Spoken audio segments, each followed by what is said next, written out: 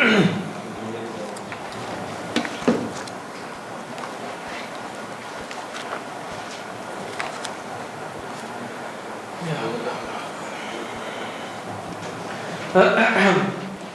اللہ الرحمن الرحیم اللہم صلی علی سیدنا محمد وعلی آل سیدنا محمد وبارک وسلم آمین یا رب العالمین۔ حضرات، وضع کے اعتبار سے نظم قرآن کی 4 قسمیں ہم نے بتائی تھی۔ وضع سے کیا مراد ہے؟ لفظ کو وضع کرنا معنی کے لیے، یہی مراد تھی۔ تو اس میں ہم نے دیکھا تھا کہ 4 قسمیں: خاص، عام، مشترک، مؤول۔ تو خاص پر ہماری گفتگو جاری ہے، اور آپ یہ دیکھیں گے کہ اصول فقہ میں خاص بہت خاص الخاص ہے، خصوصاً جو فقہ حنفی کی طرز پر لکھی گئی اصول فقہ کی کتابیں ہیں، ان میں سب سے زیادہ طویل بحث خاص پر ہوتی ہے۔ تو لہذا ہو سکتا ہے کہ آپ یہ سمجھیں کہ خاص پر بحث ہی ختم نہیں ہو رہی، تو باقی ہم آگے کب چلیں گے؟ تو آگے جو مباحث ہیں وہ خاص کی نسبتاً ذرا مختصر ہے۔ تو سب سے طویل بحث کس کی ہے؟ وہ خاص ہی کی ہے۔ خاص کی تعریف آپ سب جانتے ہیں، اور وہ تعریف یہ تھی کہ وہ لفظ جو وضع معلوم مانے، لیکن علی سبیل شمول وضع کیا گیا ہے یا علی سبیل الانفراد وضع کیا گیا ہے؟ علی سبیل الانفراد وضع کیا گیا، یعنی اس لفظ میں معنی پر تو دلالت ہوتی ہے، افراد پر نہیں ہوتی۔ یہی بات ہم نے کی۔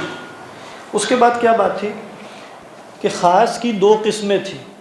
کوئی صاحب بتا دیں جلدی سے، خاص کی جو 2 قسمیں ہیں وہ کیا تھی؟ ایک خاص شخصی ہے کہ جو ایک معلوم معنی کے لیے وضع کیا گیا ہے، اور جس میں ایک خاص فرد پر بعین ہی دلالت ہوتی ہے۔ اور خاص نوعی کیا ہے، خاص کلی کیا ہے؟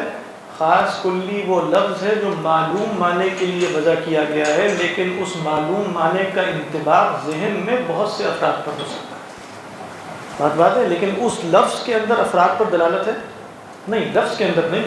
جیسے ہم نے کہا انسان، حیوان، رجل، یہ لفظ تو ایک ہی معنی پر دلالت کر رہا ہے، اور جملے میں آ جائے گا تو ایک ہی آدمی مراد ہوگا، لیکن رجل کے لفظ کا یا مفہوم کا انطباق بہت سے لوگوں پر ہو سکتا ہے۔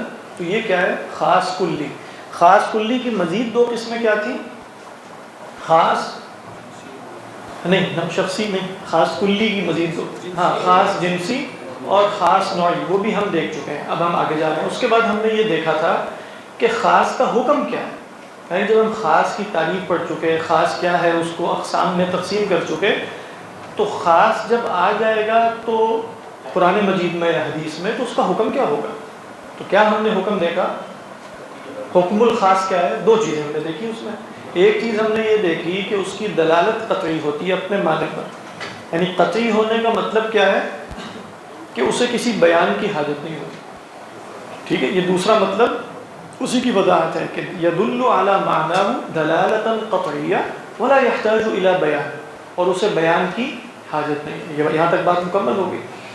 پھر ہم نے یہ کہا کہ اگر قرآن مجید میں کوئی لفظ خاص ہو اور وہ اپنے معنی پر قطعی دلالت بھی رکھتا ہو اور اسے بیان کی حاجت بھی نہ ہو، تو پھر اگر حدیث سے یا قیاس سے اس خاص کا بیان جو ہے وہ ہم تک پہنچے، تو کیا ہم اس بیان کو قبول کر کے قرآن کے خاص پر کوئی اضافہ یا کمی کر دیں گے؟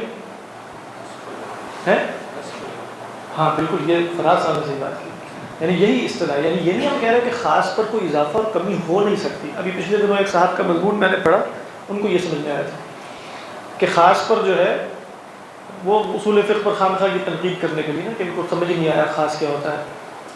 بہر خیر، تو ان کا اپنا ایک نقطہ نظر ہے، عام اور خاص پر انہوں نے ایک مضمون لکھا ہے، علامہ جاوید احمد غامدی۔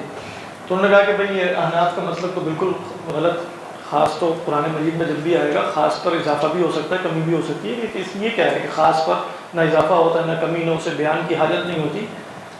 احناف نے یہ نہیں کہا کہ اس پر اضافہ اور کمی نہیں ہو سکتی، کہا ہے انہوں نے کہا اگر کرنی ہے تو اسی لیول کی دلیل چاہیے۔ سمجھ میں آ رہی ہے؟ میں نے پچھلی دفعہ آپ لوگوں کو بتایا تھا کہ ایک ہے دلیل قطعی، ایک ہے دلیل ضمنی۔ قرآن مجید جو ہے وہ اپنے ثبوت کے اعتبار سے بھی قطعی ہے اور خاص اپنی دلالت کے اعتبار سے بھی قطعی ہے. اس پر کمی یا اضافہ ہو سکتا ہے لیکن اس کو وہ نسخ کہتے ہیں, جو ابھی فراز صاحب نے بولا کہ اگر اضافہ اور کمی ہوگی تو وہ نسخ ہے. تو کیا یہ نسخ ہو سکتا ہے کہ نہیں؟ ہو سکتا ہے, لیکن اس کے لیے ہمیں کس لیول کی دلیل چاہیے؟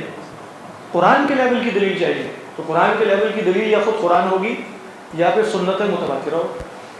بات واضح ہے کہ نہیں؟ تو اب اگر اس کے مقابلے میں خبر واحد آ جائے, سوال یہ ہے, اور قیاس آ جائے, دونوں کیا ہوتی ہیں خبر واحد اور قیاس؟ دونوں کیا ہیں؟ دونوں ضمنی ہیں. ایسا ہی ہے نا, یعنی ضمنی کا قطعاً یہ مطلب نہیں ہے کہ کوئی سنی سنائی بات. ضمنی کا مطلب یہ ہے کہ ہم بہت زیادہ گمان غالب کے ساتھ یہی سمجھتے ہیں, 90%, 95, 99% بھی ہو سکتا ہے کہ یہ بات رسول اکرم صلی اللہ علیہ وسلم نے فرمائی ہے, لیکن ایک احتمال رہتا ہے نا بیچ میں. وہ احتمال کیوں رہتا ہے؟ کیونکہ وہ جو نیریشن ہے, وہ جو چین ہے, وہ تواتر کے طریقے پر نہیں ہے. اس میں احتمال غلطی کا بھی ہو سکتا ہے, صحف بہت سے احتمالات ہیں, ممکن ہے. لہذا وہ دلیل قطعی اور یقینی مرتبے پر نہیں پہنچتی. لہذا اگر اس خاص کے مقابلے میں کوئی خبر واحد آ جائے تو پھر ہم کیا کریں گے؟ بتایا تھا کیا کریں گے؟ کیا کریں گے؟ یعنی اگر قرآن مجید کے خاص کے مقابلے میں کوئی خبر واحد آ کر اس کی کوئی وضاحت کر رہی ہو, یا اس میں اضافہ یا کمی کر رہی ہو, یا قیاس آ کر اضافہ یا کمی کر رہا ہو, تو پھر ہم کیا کریں گے؟ کیا کریں گے؟ ہاں, سب سے پہلا کام یہ کریں گے کہ جمع کرنے کی کوشش کریں گے, تطبیق کریں گے. اور اگر بالفرض تطبیق کی کوئی صورت نہ نکل سکے, بالفرض کچھ جگہ ایسی ہو سکتی, تو پھر کیا کریں گے؟ ہاں یہی کریں گے نا, یہ قرآن کو تو نہیں چھوڑا جا سکتا, یعنی قطعی شے کو تو نہیں چھوڑ. پھر ہم کہیں گے کہ اس حدیث پر ہم عمل نہیں کر رہے.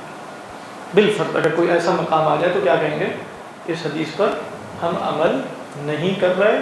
یہ بھی نہیں کہہ رہے کہ اللہ کے رسول صلی اللہ علیہ وسلم نے نہیں فرمایا, ہم یہ کہہ رہے ہیں کہ اس میں ہو سکتا ہے کوئی نسخ واقع ہو گیا ہو, یا راوی کے کوئی فہم کا عمل دخل ہو گیا, کچھ توجیہ ہوگی اس کی, لیکن عمل چھوڑا جا سکتا ہے. اور آپ یہ نہ سمجھیں کہ حدیث پر عمل کیسے چھوڑا جا سکتا ہے. بالکل بھائی, جس طریقے پر محدثین بھی تو حدیث پر عمل چھوڑ دیتے ہیں نا, اپنی شرائط کے مطابق پوری نہیں اتر رہی, تو وہ کیا کہتے ہیں؟ حدیث ضعیف ہو گئی. تو یہ بھی یہی بتا رہے ہیں کہ یہ بھی ہمارے یہاں حدیث کے ذوف کی ایک دلیل ہے. بس حدیث کے ذوف کی ایک دلیل کیا ہے کہ وہ قرآن کے ساتھ جمع نہیں ہو پا رہی ہمارے اصول کے مطابق, تو ہم اس بنیاد پہ چھوڑ دیتے ہیں. مثالیں دی تھی, کسی کو مثال یاد ہو؟ والمطلقات, یعنی صرف یہ کہ خاص کیا ہوتا ہے, یتربصن بانفسہن ثلاثۃ قروء, تو ثلاثہ لفظ کیا ہے؟ خاص ہے.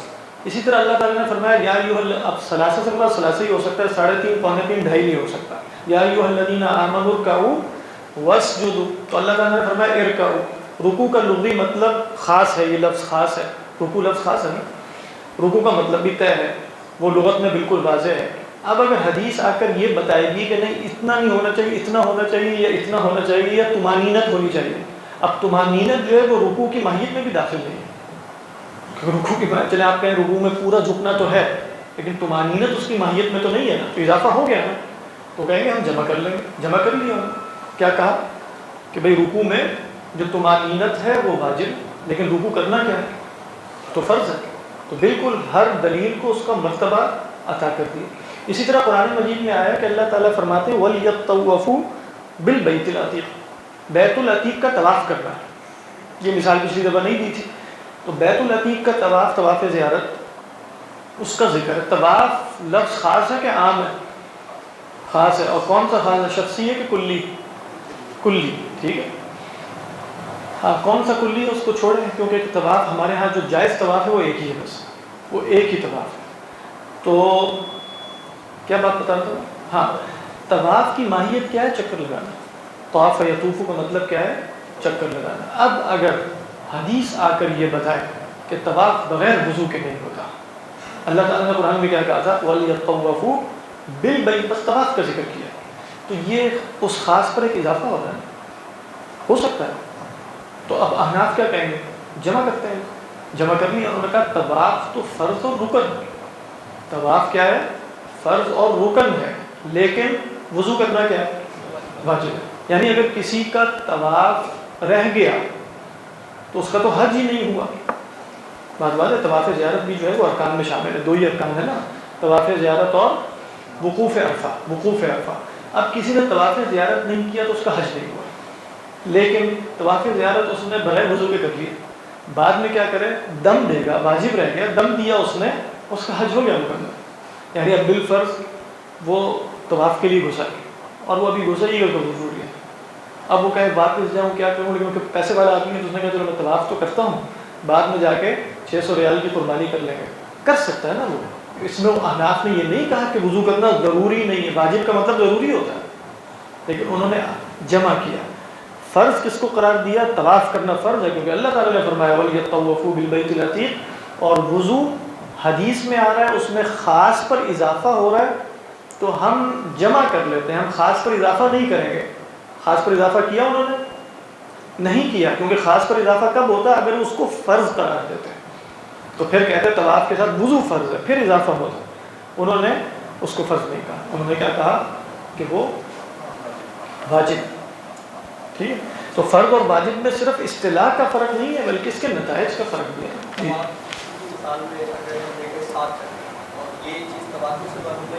نہیں، تواتر سے مانا، تواتر، ہاں یہ اضافہ ہے، یہ نسخ ہے، یہ ہو سکتا ہے، یہ ہو سکتا ہے، یہ بالکل ہو سکتا ہے. یعنی طواف کا مطلب ایک دفعہ چکر لگانا. اگرچہ وہ کہہ سکتے ہیں کہ وہاں جو صیغہ آ رہا ہے اس میں ایک سے زیادہ پر دلالت ہے، طاف یطوف نہیں ہے بلکہ 7 پر دلالت بالکل نہیں ہے. 7 کی دلالت تواتر سے ثابت ہے، وہ اجماع سے ثابت ہے، وہ خبر باعث سے نہیں. دونوں دلائل قطعی ہیں بالکل. یعنی آپ یہ کہیں گے کہ طواف کا مجرد طواف کرنے کی فرضیت ثابت ہے کتاب سے، 7 دفعہ طواف کرنے کی فرضیت ثابت ہے تواتر سے یا سنت متواترہ سے یا تواتر عملی سے. اور یہ چیز چونکہ خبر باعث سے آ رہی ہے تو اب یہ نہ اس خاص پر اضافہ ہوگا نہ اس خاص پر اضافہ ہوگا. ہم فرض قرار نہیں دیں گے بلکہ واجب قرار دیں گے. اچھا، ایک دو مثالیں اور. ہاں ایک منٹ بس. جی جی، آپ تھوڑا سوال لے لیتے ہیں پہلے ادھر سے.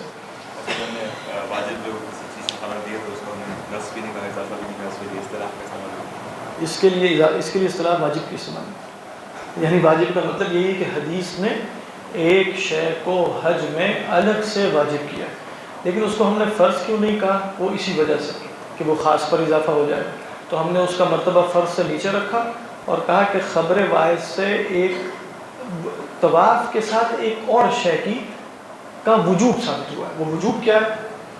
وہ وضو ہے. یہ تدبیر، ہاں، یعنی آپ نے جو ہے وہ دونوں نصوص کو جمع کر لیا. جی فرمائیے. ویسے یہ نسخ اصل میں دیکھیں، جیسے آپ پڑھیں گے نا کتابوں میں کہ جو متقدمین تھے ان کے ہاں نسخ کی اصطلاح بہت واضح، وہ بہت بڑی تھی. یعنی نسخ جو اب ہم سمجھتے ہیں نا، ایک رفع حکم شرعی کو دوسرے حکم شرعی سے اٹھا لینا، متقدمین نسخ اس معنی میں نہیں بولتے، اور احناف بھی نسخ اس معنی میں نہیں بول رہے ہوتے. اور یہ صرف اصطلاح کا فرق ہے. اسی لیے شاہ ولی اللہ نے جب لکھا نا علیہ الرحمن الفوز الکبیر کے مقدمے میں، وہ کہتے ہیں کہ بھئی جب نسخ پر بحث کی، مقدمے میں نہیں، نسخ پر جب بحث کی، کہ دیکھو پرانے لوگ جو آپ تفاسیر پڑھیں ابن جریر الطبری اور یہ، وہ کہتے ہیں 500 آیات منسوخ ہیں، کوئی کہتا ہے 600 آیات منسوخ ہے، کوئی کہتا ہے 700 آیات منسوخ ہے. پھر کم ہوتے ہوتے ابو بکر ابن العربی نے کہا کہ 20 رہ گئی ہیں، امام سیوطی نے کہا 20 رہ گئی ہیں، اور پھر اب شاہ ولی اللہ نے الفوز الکبیر میں فرمایا کہ 5 رہ گئی. تو اس کی توجیہ انہوں نے کی کہ یہ اصطلاح کا فرق ہے. یعنی نسخ سے آپ مراد کیا لے رہے ہیں؟ بالکلیہ حکم کا رفع مراد لے رہے ہیں، وہ متاخرین کی اصطلاح ہے. متقدمین اس معنی میں بولتے ہی نہیں. وہ عام کی تخصیص کو بھی نسخ کہہ دیں گے، وہ خاص پر اضافے کو بھی نسخ کہہ دیں گے. تو وہ نسخ کی اصطلاح کا بس مسئلہ. اگر احناف نے اس کو نسخ کہا ہے تو کوئی یہ نہ سمجھے، اعتراض نہ کرے. اصطلاحات میں کچھ بھی نہیں ہوتا. زیادہ سے زیادہ آپ یہ کہیں گے کہ بھئی مجھے یہ اصطلاح نسخ کے لفظ کی ٹھیک نہیں لگ رہی، نہ لگے. کوئی ضروری نہیں ہے کہ اصطلاح ٹھیک لگے، لیکن لا مشاحۃ فی الاصطلاح، اصطلاحات میں کوئی جھگڑا نہیں ہوتا.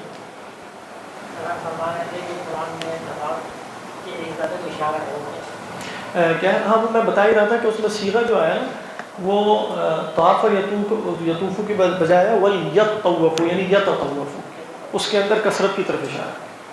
یعنی یہ بھی کہا جا سکتا تھا وَلْيَطُوفُوا بِالْبَيْتِ الْعَتِيقِ، بلکہ کیا فرمایا وَلْيَطَّوَّفُوا بِالْبَيْتِ الْعَتِيقِ. اس میں ہو سکتا ہے، میرے ذہن میں نہیں کہ احناف اس طریقے پر کہہ دیں کہ عدد کی طرف اشارہ کر دیا تھا، عدد کی تعین نہیں کی تھی، وہ وہاں احتمال ہو سکتا تھا، یعنی عدد جب بیان ہو جائے تو اب احتمال کوئی نہیں ہے کیونکہ وہ خاص ہے، لیکن عدد کی طرف اشارہ کر کے عدد کی تعین نہیں کی، تو وہ تعین کس طریقے پر ہو رہی ہے؟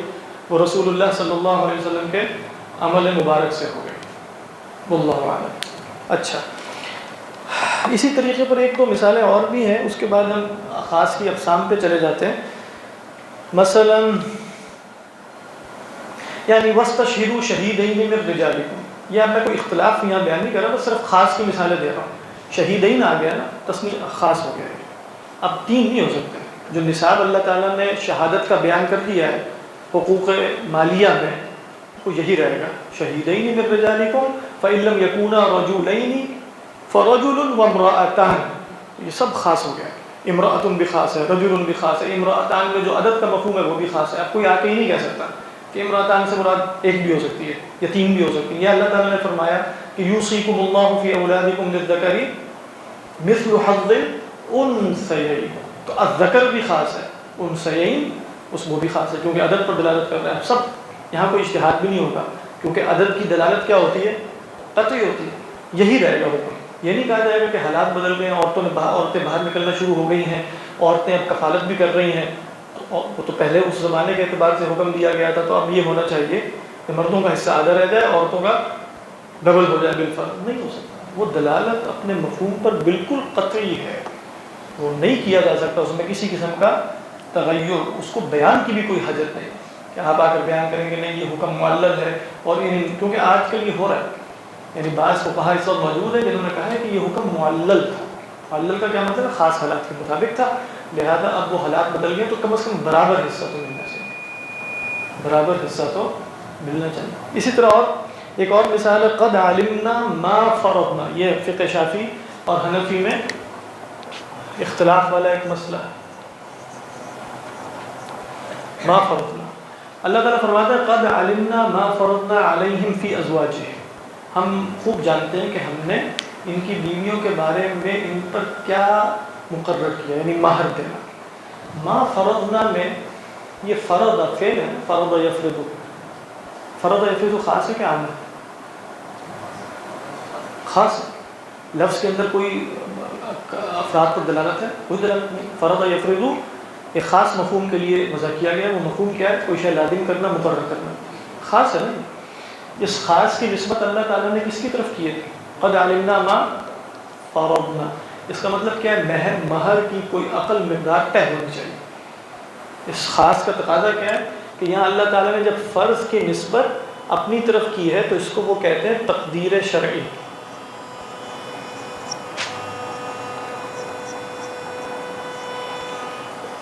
یعنی اللہ سبحانہ و تعالیٰ نے کوئی کم از کم مقدار فرض کی طے کی ہوئی، یہ مہر کی طے کی ہوگی، چاہے وہ 10 درہم ہے ان کی ایک روایت کے مطابق۔ امام شافعی علیہ الرحمہ فرماتے ہیں کہ نہیں، کوئی کم سے کم مقدار طے نہیں ہے، بلکہ جو آپس میں مل کے معاملہ کر لیں، چاہے وہ 1 درہم ہو یا 2 درہم ہو یا 10 ہو یا 15 ہو۔ احناف کی دلیل کیا ہے کہ یہ خاص لفظ ہے اور اس کی نسبت جب اللہ شارع اپنی طرف کر رہا ہے، بات ہے، اضافت کیا ہوتی ہے؟ عام ہوتی ہے یا خاص ہوتی ہے؟ خود اضافت بھی خاص ہے، یعنی اضافت بھی کیا ہے؟ خاص۔ تو ان دونوں کا تقاضا یہ ہے کہ مہر کی مقدار اللہ مقرر کرے گا، قد علمنا ما فرضنا، تو لہذا اس کو قیاس نہیں کیا جائے گا مالی عقود پر۔ یعنی مثال کے طور پہ یہ قلم میں اور آپ طے کر لیں 10 روپے کا یا 10,000 کا، ہو سکتا ہے نا، آپ کا ایک کا بھی طے کر لیں، کوئی منیمم مقدار ہے کہ اس سے نیچے نہیں جا سکتے آپ؟ نہیں ہے، کیونکہ عقود مالیہ میں جو مالی معاملات ہیں ان میں کوئی منیمم مقدار نہیں ہوتی۔ تو شادی کا جو عقد ہے، احناف اس کو عقد شرعی شمار کر رہے ہیں، اور جو شوافع ہیں وہ اس کو قیاس کر رہے ہیں عقد مالی پر، ٹھیک ہے، عقد مالی پر، لہذا ان کے ہاں کچھ بھی ہو سکتا ہے۔ لہذا امام شافعی علیہ الرحمہ سے جو مروی ہے کہ شادی کرنے سے علم وغیرہ میں مشغول ہونا افضل ہے، اس کی بنیاد بھی ہے، اس کی بنیاد بھی ان کے ہاں شادی کا فی نفسی ہی حکم مباح ہونے کا ہے، باقی فقہا کے ہاں شادی کا فی نفسی ہی حکم استحباب کا ہے، یعنی کسی کے لیے فرض کسی کے لیے واجب یہ مسئلہ نہیں ہو رہا۔ ویسے پوچھا جائے شادی کیا ہے، کرنا فرض یا واجب ہے یا مستحب ہے یا مباح ہے یا مکروہ ہے، بغیر اس کے کہ ابھی ہم کسی شخصیت کے حوالے سے گفتگو کریں، تو شادی کا حکم فقہا کے ہاں استحباب کا ہے، لیکن امام شافعی علیہ الرحمہ کے ہاں اباحت کا ہے۔ لہٰذا آپ اکثر فقہا کو جنہوں نے شادیاں نہیں کی وہ شافعی ہوتے ہیں، ٹھیک ہے، وہ شافعی ہوتے ہیں، تو وہ اب اس کے نتیجے میں نا، اس اختلاف کے نتیجے میں نتیجتاً بہت سے اختلافات پیدا ہوئے ہیں، لیکن یہ بھی کیا ہے، احناف کی بس دلیل کے طور پر سمجھیں کہ ما فرضنا خاص ہے، ما فرضنا خاص ہے، اس لیے انہوں نے کیا کہا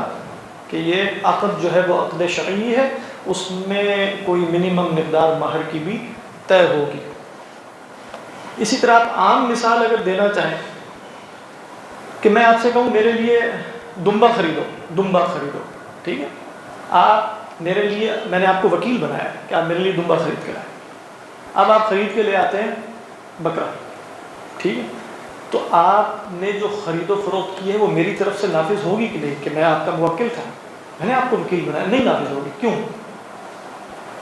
آپ دمبے کی بجائے بکرا خریدنا ہے، اس لیے کہ دمبا لفظ کیا ہے، خاص، ٹھیک ہے، لفظ خاص ہے، اپنے معنی پر بالکل واضح ہے، اس کے معنی میں قطعاً بکرا شامل نہیں، تو آپ جا کے کہتے ہیں کہ دمبا نہیں ملا تو میں نے بکرا خرید لیا، تو پیسے دو، میں کہوں گا میں نہیں دیتا، میں نے لفظ بولا تھا دمبے کا، دمبے سے مراد دمبئی ہے۔ فقہا نے یہ مثال اسی طرح نقل کی، اشتری لی کبشن مثلا، مینڈا خرید کے لاؤ، وہ کہتا ہے میں مینڈے کی بجائے کچھ اور خرید کے لے آؤں گا، کچھ ضروری نہیں کہ میں اس کو پیسے دوں، اور وہ اپنے لیے خرید کے لایا، میرے لیے خرید کے نہیں لایا، کیونکہ میں نے کیا کہا تھا، لفظ خاص بولا تھا، اس کے معنی بھی بالکل واضح تھا، اس کو بیان کی بھی حاجت نہیں تھی کہ مینڈے سے مراد مینڈا ہوتا ہے کہ بکرا ہوتا ہے، تو مینڈے سے مراد مینڈا ہی ہوتا ہے، یا وہ یہ کہے کہ میں نے سنا ٹھیک نہیں تھا۔ تو خاص اب تک سمجھ میں آ گیا کہ خاص کیا ہوتا ہے، اس کی دلالت قطعی ہوتی ہے، ولا يحتاج الى بیان، اور اس کے مقابلے میں اگر کوئی احادیث، خبر واحد یا قیاس وغیرہ آئے گا تو ہم کیا کریں گے، جمع اور تطبیق کی کوشش کریں گے، اگر جمع اور تطبیق نہ ہو سکے تو پھر کس کو ترجیح دی جائے گی، خاص کو دی جائے گی، اور دوسری دلیل کو چھوڑ دیا جائے گا۔ کیوں چھوڑ دیا جائے گا؟ اس دلیل کے زیادہ قوی ہونے کی وجہ سے، یہ نہیں کہ خاص اضافہ قبول کر ہی نہیں سکتا تھا، کر سکتا تھا اگر مرتبے کی دلیل آ جاتی، اب وہ اضافہ قبول کرنے کو آپ اضافہ کہیں یا نسب کہیں، یہ اصطلاحات کا اختلاف۔ جی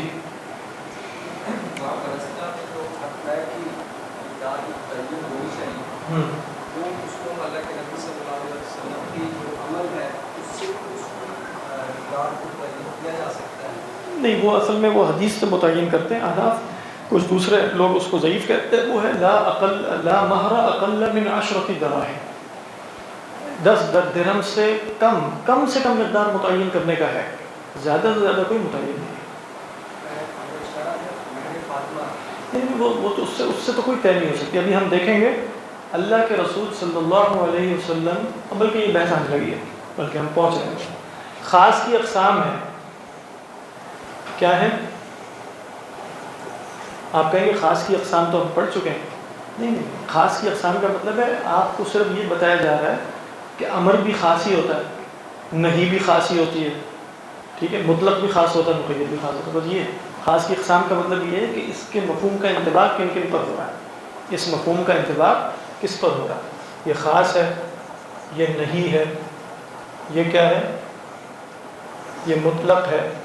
ویسے مطلق اور مقید الگ بھی بیان کیا جا سکتا ہے، اس لیے کہ کئی دفعہ مقید عام بھی ہوتا ہے، ٹھیک ہے، لیکن ٹھیک، اس کے بعد اب ہماری جو بحث ہے نا وہ ہے امر کی، بحث کیا ہے، امر کی۔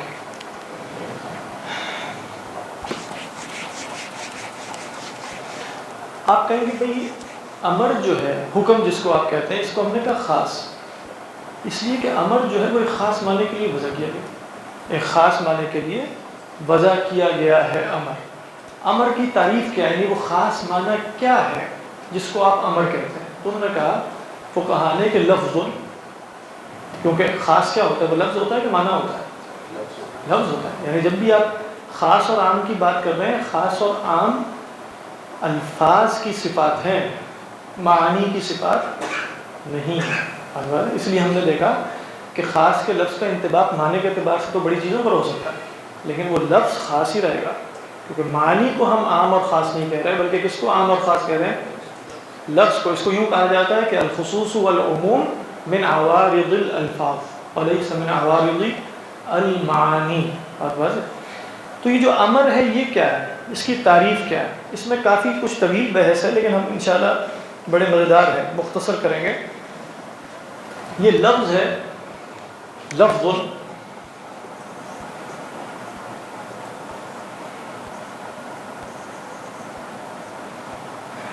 لفظ وضع للطلب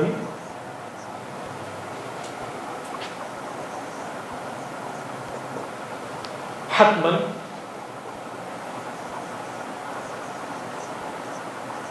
على سبيل الاستعلاء.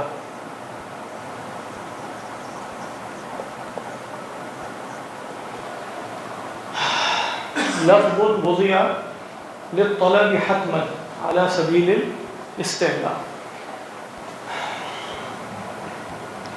یہ بھی آپ ذہن میں رکھیں کہ یہ جو ہم نے تعریف کی ہے یہ امر صریح کی ہے.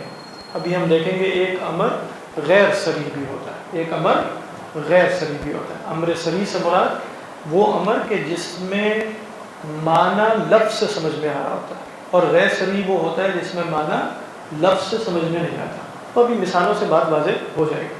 لیکن یہ امر وہ لفظ ہے جو وضع کیا گیا ہے للطلب، بلکہ یہاں ایک شے رہ گئی، لطلب الفعل ہے، لطلب الفعل حتما وہ لفظ کے جو وضع کیا گیا ہے کسی فعل کی طلب کے لیے، استحبابا نہیں، حتما لازم کرنے کے لیے، علی سبیل الاستعلاء. علی سبیل الاستعلاء کا مطلب کیا ہے کہ جو حکم دینے والا ہے چاہے وہ فی نفسی اونچا نہ ہو لیکن اونچائی کے مقام پر بیٹھ کر اپنے آپ کو بڑا سمجھ کے وہ حکم دے رہا ہو. یہ بھی وضاحت ہو جائے گی. علی سبیل الاستعلاء کا مطلب علی سبیل العلو نہیں ہے، اس کا فی نفسی ہی بڑا ہونا ضروری نہیں ہے لیکن اس کا کم از کم بڑا بن کے حکم دینا ضروری ہے. ٹھیک ہے، کیونکہ اگر چھوٹا بڑے کو حکم دے، چھوٹا بڑے کو چھوٹا بن کے حکم دے تو وہ کیا ہے؟ وہ دعا ہو سکتی ہے، وہ طلب ہے، وہ مشورہ برابری میں ہوتا ہے. ٹھیک ہے، مشورہ عموماً برابری میں ہوتا ہے. مشورہ بھی ہو سکتا ہے، التماس بھی ہو سکتی ہے. اللہ کو بھی ہم فعل امر ہی استعمال کرتے ہیں لیکن وہ کیا کہلاتی ہے؟ وہ دعا کہلاتی ہے. تو امر کب وہ بنے گا؟ جب وہ بڑائی کے مقام پر فائز ہو کر کہے کہ افعل، افعل کرو. تو صیغہ کیا ہے امر صریح کا؟ افعل. یعنی فعل امر آپ لوگوں نے جو لغت میں پڑھا ہے افعل یا مضارع کا لیفعل، یہ کیا ہے؟ یہ صیغہ ہے جو وضع کیا گیا. یہ جو لفظ وضع کیا گیا ہے وہ لفظ کون سا ہے جو وضع کیا گیا ہے؟ سوال ابھی آپ کو پوچھنا چاہیے نا. وہ امر کا لفظ تو نہیں، امر تو مفہوم ہے. وہ لفظ کیا ہے جو وضع کیا گیا ہے کسی فعل کو طلب کرنے کے لیے حتماً بڑا بن کے علی سبیل الاستعلاء؟ وہ ہے افعل یا ہے لیفعل. ٹھیک ہے، یعنی مضارع کے ساتھ اس میں لتفعل بھی ہوگا لیکن آپ کو افعل میں افعلا بھی ہے، افعلو بھی ہے. ٹھیک ہے، لیکن افعل اور لیفعل.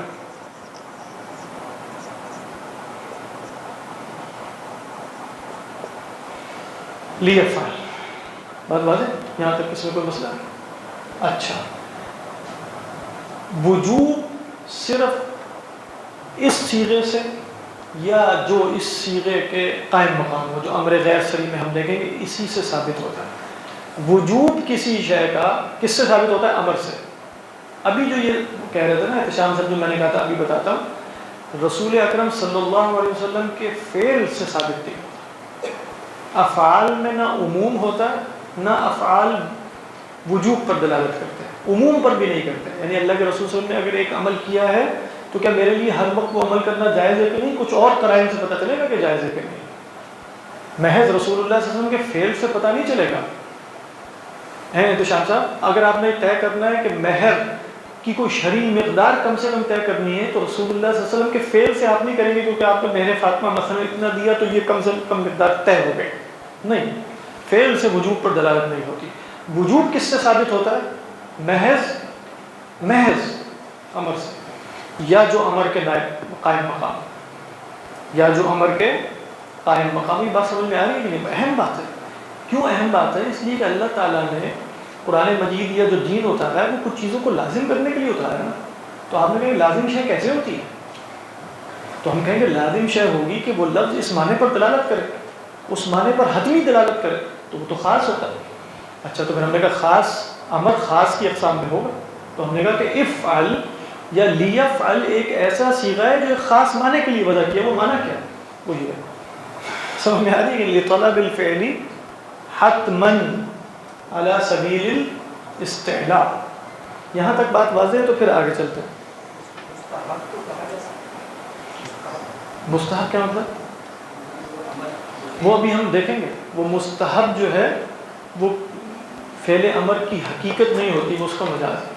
یعنی جب ابھی ہم بات کر رہے ہیں کہ فعل امر وجوب پر دلالت کرتا ہے، اس کا مطلب ہے کہ اگر مجرد عن القرائن ہو تو فعل امر کس پر دلالت کرے گا؟ مستحب پر دلالت. یعنی مستحب پر دلالت عموماً اس کی ہوتی ہے، الا یہ کہ وہ ثابت ہو جائے کہ وہ رسول اللہ صلی اللہ علیہ وسلم کی خصوصیت ہے، یا آپ صلی اللہ علیہ وسلم نے ایک کام کیا ہے علی سبیل تبلیغ، وہ آپ کے حق میں استحباب رکھتا تھا، ہمارے حق میں مکروہ بھی ہو سکتا ہے. بات بات ہے. یعنی وہ ہو سکتا ہے کہ وہ کام آپ صلی اللہ علیہ وسلم کے حق میں کیا ہو؟ مستحب، کیونکہ آپ علی سبیل تبلیغ کر رہے ہیں، لیکن ہمارے حق میں مکروہ بھی ہو سکتا ہے. بات بات ہے. یعنی مثال کے طور پر جیسے عام طور پہ فقہا کہتے ہیں کہ کھڑے ہو کر پانی پینا مکروہ ہے، آپ صلی اللہ علیہ وسلم نے کیا ہے، لیکن آپ صلی اللہ علیہ وسلم کا کرنا مکروہ ہے. آپ تو تبلیغ کر رہے ہیں کہ پتہ چل جائے کھڑے ہو کر پانی پینا جائز ہے، آپ کا کرنا تو فرض ہے. یعنی ایک خاص اصطلاح ہے. یعنی جو فعل ہمارے لیے بظاہر اس وقت مکروہ ہے، جب آپ نے کیا تو آپ پر فرض ہے اللہ کی طرف سے کہ آپ یہ تبلیغ کر دیں تاکہ دلالت کیا ہو جائے. بات واضح. تو وہ اپنے دلائل سے طے ہوتا ہے کہ رسول ویسے عمومی قاعدہ یہی ہے کہ رسول اکرم صلی اللہ علیہ وسلم کے افعال استحباب پر دلالت کرتے ہیں اگر وہ افعال شریعت دینے والے افعال. کئی دفعہ وہ افعال وہ ہوتے ہیں کہ جو شریعت دینے کے لیے نہیں ہوتے، وہ محض آپ کی عادات ہوتی ہیں. اب مثال کے طور پہ کدو کھانا آپ صلی اللہ علیہ وسلم کو پسند تھا، دین میں کدو کھانے کا کوئی استحباب نہیں ہے. اگر کوئی شخص یہ کہے گا نا کہ دین میں شرعی حکم ہے کہ کدو کھانا مستحب ہے، تو بدعت ہے. لیکن ہم کیا کہیں گے؟ دین میں استحباب ہے رسول اکرم صلی اللہ علیہ وسلم کی اتباع کرنا، تو میں چلو کدو کھاتا ہوں. تو اب مجھے کدو کھانے پر ثواب مل سکتا ہے، لیکن میں یہ نہیں کہوں گا کہ کدو کھانا دین میں اس مستحب ہے. ٹھیک ہے.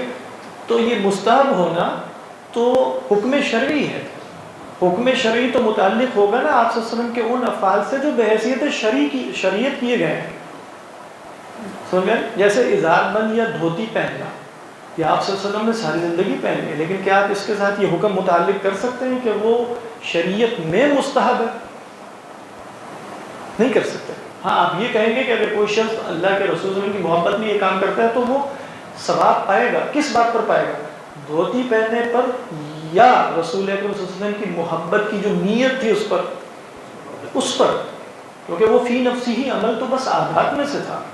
تو محض یعنی محض فعل سے اس کا استحباب یعنی اس کے کرنے کی نیت کا استحباب ثابت ہو جاتا ہے. وہ آپ دیکھ رہے ہیں کہ اس میں تفصیل ہوگی نا. یعنی صرف یہ نہیں ہے کہ فعل دے گا تو وہ لازماً فرض ہوگا یا واجب ہوگا یا مستحب ہوگا، بلکہ اپنی تفاصیل کے ساتھ ہوگا. یہ تفاصیل ہی یہ فقہا اور اصول فقہ والے بتا رہے ہوتے ہیں کہ محض اس طریقے پر احکام کا استنباط نہیں ہوتا. اچھا ہاں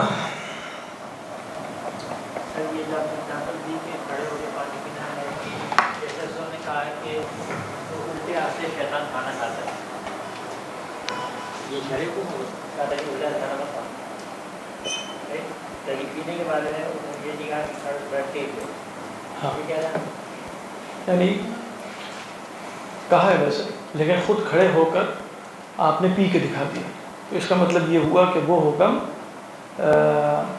استحباب کے درجے میں ہے اور اس کا خلاف کرنا مکروہ تنزیہی ہے، مکروہ تحریمی بھی نہیں ہے. کھڑے ہو کے آپ پیئیں گے تو مکروہ تحریمی نہیں ہے بلکہ کیا ہے؟ مکروہ تنزیہی. لیکن اگر کسی فعل کی طرف یہ نسبت شیطان کی طرف کی جائے تو گویا اس کے اندر اشارہ اس بات کی طرف ہے کہ یہ عمل کرنا چاہیے. انشاءاللہ اس پر بھی غور یعنی دیکھ کے بتایا جائے گا، اور کیونکہ اس میں کلام ہو سکتا ہے کہ یہ کچھ افعال ایسے ہوتے ہیں جو محض ارشاد کے لیے کہے جاتے ہیں، یعنی کچھ اقوال ایسے ہوتے ہیں جس میں جیسے کہہ دیا نا کہ قرآن میں کہ ان کے پھلوں کے سر جیسے شیاطین کے سر ہے، اب اس میں یہ بتانا مقصود نہیں تھا کہ شیاطین کے سر کس طرح کے ہوتے ہیں، اور یا شیاطین کے سر تو کسی نے دیکھے ہی نہیں آج تک کہ اللہ تعالیٰ تشبیہ دے کہ روح کیا ہے وہ طلعها كأنه رؤوس الشیاطین، تو یہ تشبیہ کیسی ہوئی؟ مراد یہ کہ بڑے غلط چیز ہے، یعنی اس میں یہ بھی ہو سکتا ہے ارشاد میں کہ بائیں ہاتھ سے کھانا جو ہے وہ اچھی بات نہیں، سیدھے ہاتھ سے کھانا، لیکن اس کو آپ مفتی قطب الدین صاحب سے پوچھ لیجیے گا۔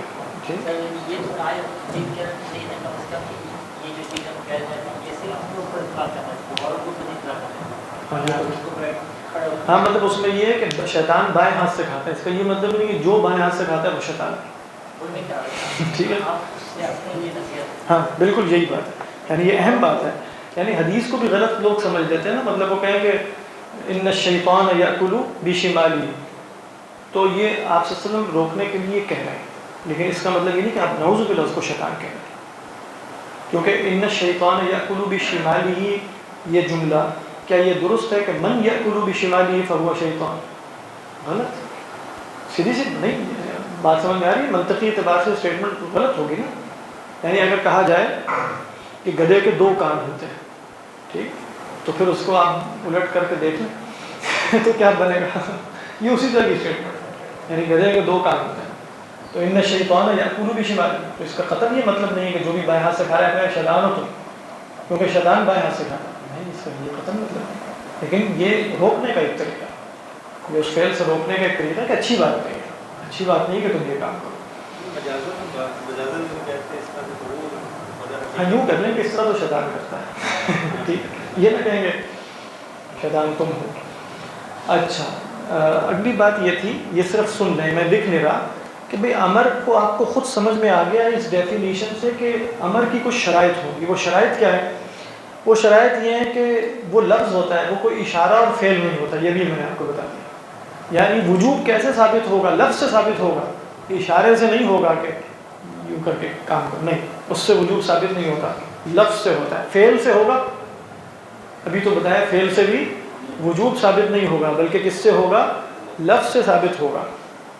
اچھا اس کے اندر واقعی طلب پائی جاتی ہو، ابھی ہم نے کہا لطلب الفعل، لطلب الفعل، اگر اس کے اندر ہے وہ اسی سیرے پر آ رہا ہے لیکن طلب نہیں پائی جاتی، ٹھیک ہے، وہ میں مثال دیتا ہوں، ابھی طلب نہیں پائی جاتی بلکہ کوئی اور مقصد ہے تو وہ وجوب پر دلالت نہیں کرے گا، کیونکہ فعل امر کئی دفعہ آ جاتا ہے کہ دھمکی دینے کے لیے، مثلا کہا اعملوا ما شئتم، قرآن نے کہا اعملوا ما شئتم، آپ کہا اعملوا ما شئتم، فعل امر، اور امر یدل علی الوجوب، اور اللہ میاں کہہ رہے ہیں جو مرضی کرو، لہذا ثابت ہوا کہ جو مرضی کرنا واجب ہے، تو اپنی مرضی، بالکل اس سے استدلال کچھ لوگ کر سکتے ہیں، تو ہم کہیں گے نہیں، یہاں فعل امر اپنی حقیقت پر نہیں ہے، مجاز پر ہے، وہ قرائن بتا رہے ہیں، اس کے اندر طلب نہیں ہے بلکہ دھمکی ہے، یا کئی دفعہ کسی کو عاجز قرار دینے کے لیے آتا ہے، مثال کے طور پر قرآن مجید یہ کہے کہ فَأْتُوا بِسُورَةٍ مِّن مِّثْلِهِ، فَأْتُوا بِسُورَةٍ مِّن مِّثْلِهِ، تو اب اللہ یہ حکم دے رہے ہیں، واجب ہو گیا کہ قرآن جیسی صورت لے کر آئیے، ہمیں فعل امر تو یدل علی الوجوب نہیں، تعجیز کے لیے ہے کہ تم نہیں کر سکتے، جیسے ہم کہیں پہاڑ اٹھا کے دکھاؤ یا پہاڑ اٹھاؤ میرے سامنے، پتہ نہیں اٹھا سکتا، تو ہم اس کو بے بس ثابت کرنے کے لیے کرنا ہے، تو اس کے اندر واقعی طلب ہونی چاہیے، یہ نہ ہو کہ وہ اپنی حقیقت سے کسی اور معنی کی طرف، مجازی معنی کی طرف چلا گیا، اور واضح ہے، اس سے پتہ یہ چلتا ہے کہ جو فقہا یا اصولیین ہوں گے جو احکام کے استنباط کریں گے وہ ان چیزوں پر بھی نگاہ رکھیں گے کہ بلاغت کے کیا اصول ہوتے ہیں، فعل امر جو ہے وہ کن کن معنوں میں آ سکتا ہے، وہ علم بیان اور علم جو معانی ہے اس پر بھی ان کی نگاہ ہوگی، صرف عربی نہیں جانتے ہوں گے بلکہ بلاغت کے اسالیب اور فصاحت کے اسالیب بھی جانتے ہوں گے، تاکہ انہیں پتہ چلے کہ اعملوا ما شئتم سے مراد کیا ہے، لیکن یہ تو ایک کامن سینس کی بات ہے، اعملوا ما شئتم۔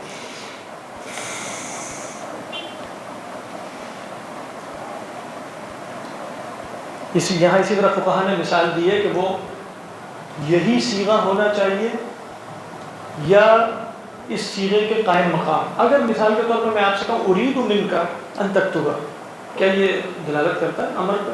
ایسا نہیں دلالت کرتا، الا یہ کوئی قرینہ ہو، بڑا شخص کہہ رہا ہو اور وہ نہیں، بلکہ فی نفسی ہی یہ صیغہ اريد منك هذا الامر، میں آپ سے یہ چاہتا ہوں، اس میں قطعاً وجوب پر دلالت نہیں ہے. وجوب پر دلالت کیسے ہوگی؟ وہ افعل اور لیفعل سے ہوگی. آپ کہیں لا تفعل میں بھی تو امر ہوتا ہے، وہ ہم نہیں الگ پڑھیں گے، اس لیے ہم نے کہا تھا امر نہیں مطلق مقید. تو یہ چند، اور پھر ایک شرط یہ بھی ہے علی سبیل الاستعلاء. کچھ فقہا نے یا اصولیین نے شرط لگائی ہے علی سبیل العلو کی. فرق کیا ہے دونوں میں؟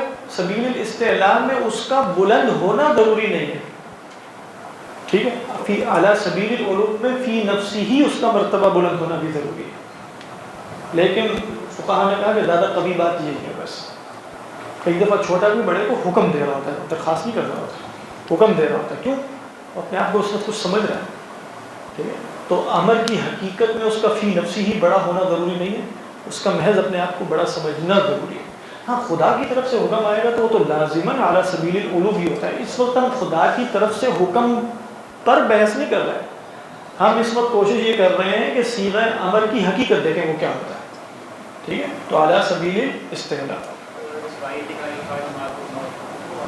کس کو؟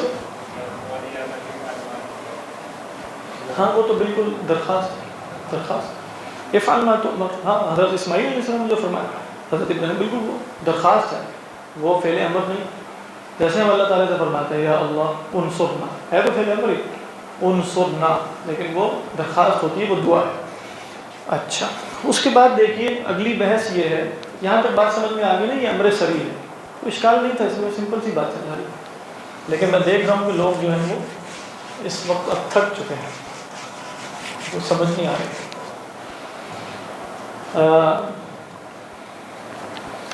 دیکھیے غیر سری کیا ہوتا ہے؟ امر غیر سری،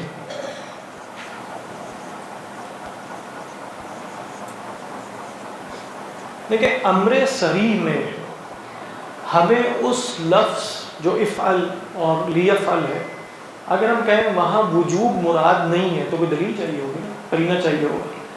امر غیر سری میں امر مراد ہے، اس کے لیے قرینہ چاہیے ہوگا.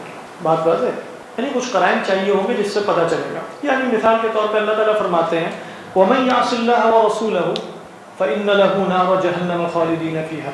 اس میں کوئی امر اور نہیں تو کوئی ہند نہیں ہے کہ جو بھی اللہ اس کے رسول کی نافرمانی کرے گا اس کو جہنم ملے گی. اب یہاں کیا ہے مثلا؟ امر یا نہیں ہے نا، امر، لیکن یہ امر اور نہیں سری ہے یا غیر سری ہے؟ غیر سری. لیکن قرائن کیا بتا رہے ہیں کہ یہ امر سری کے بالکل معنی میں ہے، کیونکہ اللہ تعالیٰ نے جہنم کا وعدہ کر دیا، اس پہ وہ سزا دے دی. کتب علیکم القتال، اب یہ تو نہیں کہا قاتلو، کچھ جگہوں پہ کہہ دیا، لیکن کتب علیکم القتال یہ خبر ہے یہ امر ہے؟ خبر ہے، کتب علیکم القتال. اب یہ امر پہ دلالت کر رہا ہے کہ نہیں کر رہا؟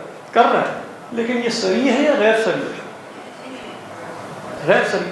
والمطلقات یتربصن بانفسهن ثلاثة قروء، یہ خبر ہے کہ امر ہے. مطلقات اپنے بارے میں 3 حیض انتظار کریں، خبر ہے یہ، اصل میں تو ترجمہ کرتی ہیں والمطلقات یتربصن بانفسهن ثلاثة قروء، تو یہ ہے خبر، لیکن کس معنی میں ہے؟ امر. والوالدات یرضعن اولادهن حولین کاملین لمن اراد ان یتم الرضاعة، ہے خبر لیکن بمعنی امر ہے جو استحباب کے درجے میں، وہ الگ بحث ہے. یہ ساری غیر سری ہے، جس میں بھی افعل، لا تفعل، لیفعل، لتفعل نہیں آ رہا، وہ سب کیا ہے؟ یعنی جملہ اسمیہ یا جملہ فعلیہ کی شکل میں کئی دفعہ امر دیا جا رہا ہے. وَإِذْ أَخَذْنَا مِيثَاقَ بَنِي إِسْرَائِيلَ لَا تَعْبُدُونَ إِلَّا اللَّهَ، یہ لا تعبدو ہے کہ لا تعبدون ہے؟ لا تعبدون، تو یہ لا ناہیہ نہیں ہو سکتا بلکہ نافیہ ہے. تم عبادت نہیں کرتے، مراد کیا ہے؟ نہ کرو، نہیں پر دلالت ہے. تو امر غیر سری میں اگر قرینہ پایا جائے گا تو وہ امر سری کے مانند ہوگا، لیکن وہاں ہمیں کیا چاہیے؟ کوئی قرینہ چاہیے. امر سری میں ہمیں کوئی قرینہ چاہیے، امر سری میں ہمیں قرینہ چاہیے. نہیں چاہیے، وہاں قرینہ آ کر بتائے گا تو یہ بتائے گا کہ یہ واجب نہیں ہے. اگر قرینہ نہیں ہے تو وجوب خود بخود ثابت ہو جائے. حقیقت امر کیا ثابت ہوئی پھر؟ وجوب. حقیقت امر کون سا امر؟ جو امر سری ہے، اس کی حقیقت کیا ہے؟ موجب الامر کیا ہے؟ اس کو حقیقت بھی کہتے ہیں، موجب بھی کہتے ہیں. موجب کیا ہے؟ امر کے نتیجے میں کیا شے لازم آتی ہے؟ کیا لازم آتی ہے؟ وجوب. بات ہے کہ یعنی امر کے نتیجے میں وجوب لازم آتا ہے، اس کو کہتے ہیں موجب الامر وجوب. بات واضح ہے طارق صاحب؟ ہاں کریں گے.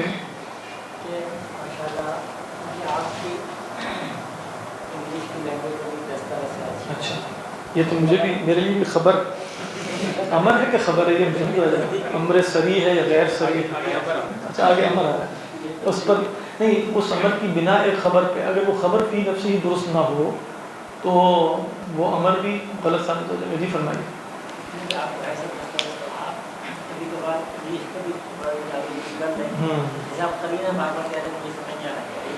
قرینے سے مراد کوئی کلام میں کوئی دلیل، کوئی ایویڈنس، کوئی اس طرح کی چیز ہے. ہاں ایویڈنس، یس کہہ سکتے ہیں آپ اس کو. قرینے سے مراد ہے، یعنی آپ مجھ سے پوچھ رہے ہیں تو میں اردو میں آسان کر کے بتا دوں کیونکہ ہو سکتا ہے انگریزی کے لفظ تو مجھے یاد نہ ہے. ہاں یعنی قرینے سے مراد ہے کلام میں دلیل ہونی چاہیے. یعنی اگر کلام میں کوئی دلیل نہیں ہے تو افعال کا مطلب لازماً یہ ہے کہ لازم ہے تم پر یہ کام کرو. ٹھیک ہے؟ ہاں انڈیکیشن ہو سکتی ہے، بالکل انڈیکیشن، بالکل انڈیکیشن کافی بہتر قرینہ.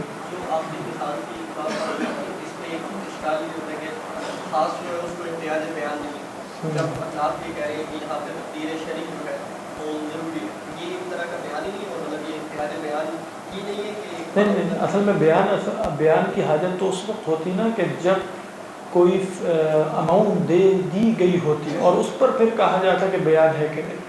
یہاں تو جو خاص ہے اس میں یہ نہیں بتایا کہ وہ اماؤنٹ کیا ہے. خاص کیا بتایا کہ اللہ کی طرف سے کوئی شے مقرر کی گئی ہے، یہ بات بس خاص ہے. اب وہ شے کیا مقرر ہے یہ خارج از خاص ہے. یعنی اگر وہاں کوئی فگر آتی تب ہم کہتے ہیں کہ اگر وہ آ جاتی 10 اور حدیث میں آتی 9 پھر ہم کہتے ہیں نہیں ایسا نہیں ہو سکتا. لیکن چونکہ وہاں فرضنا علیہم میں فرض لفظ خاص ہے، نہ کی ضمیر خاص ہے، اضافت خاص ہے. بس کیا پتہ چلا؟ مہر تقدیر شرعی ہوتی ہے، یہ خاص ہے. بس تقدیر شرعی. اب تقدیر شرعی کتنی ہے یہ وہاں بیان ہی نہیں تھا کہ اس پر اضافے کو ہم کیا کہیں. وہ خبر مشہور کہتے ہیں اپنے خیال میں. خاص کی حقیقت میں بالکل اس کے بعد طواف وغیرہ. ہاں اس میں اصل میں یہ تھا نا کہ دیکھو طواف جو ہے اللہ میاں کا طواف کرنا ہے اور یہ مجزی ہے. یعنی اس میں خاص کا مفہوم انہوں نے یہ لیا کہ یہ یعنی یہ کفایت کرتا ہے. وہ یہ کفایت کا مفہوم بھی ہے وہاں. اب حدیث آ کے کیا کہہ رہی ہے؟ یہ کفایت بھی سمجھ میں آ گئی. تو خاص کے مفہوم میں وہاں اضافہ ہوا. یہاں کوئی ایسا مفہوم ہے نہیں. قد علمنا ما فرضنا علیہم، یہاں بس بتایا کہ ہم نے کچھ مقرر کیا ہے. اب حدیث آ کے کوئی اضافہ نہیں کر رہی بلکہ کیا کہہ رہی ہے؟ وہ مقرر کر کے. تو یہاں آپ اس کو یوں کہیں گے کہ وہاں اس کو فقہا یوں کہتے ہیں کہ خاص اپنے اس معنی میں تو بالکل بین تھا کہ وہ مقدر اللہ کی طرف سے. ان معنی میں مجمل ہے کہ وہ مقدر شے کیا. تبیین کس نے کی ہے؟ حدیث میں. ٹائم تو ہو چکا ہے اور یہ اگرچہ آگے زیادہ مزیدار قسم کی باتیں ہیں لیکن اب کیا کیا جائے. تو ویسے بھی وقت مطلب لوگوں کا بھی ہوگا لیکن یہاں تک بات آپ کو کوئی اشکال تو نہیں بنا طارق صاحب؟ کلیئر. دیکھیں سری اور غیر سری جو ہوتا ہے نا، میں آپ کو ویسے بتا دیتا ہوں، آگے بھی ہم دیکھیں گے جب سری اور کنایہ پہ جائیں گے. تو سری جو ہوتا ہے اس میں نہ نیت پر ڈپینڈنٹ ہوتا، نہ قرینہ یا دلیل یا انڈیکیشن یا ایویڈنس یا کوئی چیز چاہیے ہوتی ہے. جہاں غیر سری ہوتا ہے وہاں چاہیے ہوتی ہے. جیسے طلاق کے مسائل ہیں نا، اس میں یہ بات بڑی مشہور ہے. اگر صریح کلمے سے طلاق دی جائے گی تو نیت پوچھی جائے گی کسی کی. یعنی کہا وہ فلاں شخص نے فلاں سے کہا کہ عورت سے کہ طلاق دے دی، بعد میں کہا کہ میری نیت طلاق کی نہیں. لفظ جہاں صریح آ گیا وہاں نہیں پوچھا جائے گا. لیکن اگر لفظ صریح نہ ہو اب غیر صحیح، اب نیت پر ڈپینڈنٹ ہو سکتا ہے، یعنی وہ کہے گھر سے نکل جاؤ، یہ لفظ فی نفسی ہی طلاق کا معنی رکھ سکتا ہے اپنے اندر، احتمال تو ہے، لیکن اس احتمال کو طے کون کرے گا؟ نیت، قرینہ۔ تو کئی دفعہ قرینے سے بھی ہو جاتی ہے کہ مذاکرہ چل رہا ہے طلاق کا، وہ کہہ رہی ہے مجھے طلاق دو، مجھے طلاق دو، مجھے طلاق دو، پھر کہتا ہے اچھا ٹھیک ہے نکل جاؤ، اب وہ پتہ چلا کہ یہ طلاق ہی بات ہے۔ تو یہاں بھی آپ یہ سمجھیں، امر صریح میں ہمیں کسی اور شے کی حاجت نہیں ہے کہ ہم کہیں کہ یہ وجوب پر دلالت کرتا ہے کہ نہیں کرتا، امر غیر صریح میں حاجت ہو جاتی ہے، قرینے کی، دلیل کی، جو بھی آپ اس کو نام دیتے ہیں۔ چلیے سبحان اللہ۔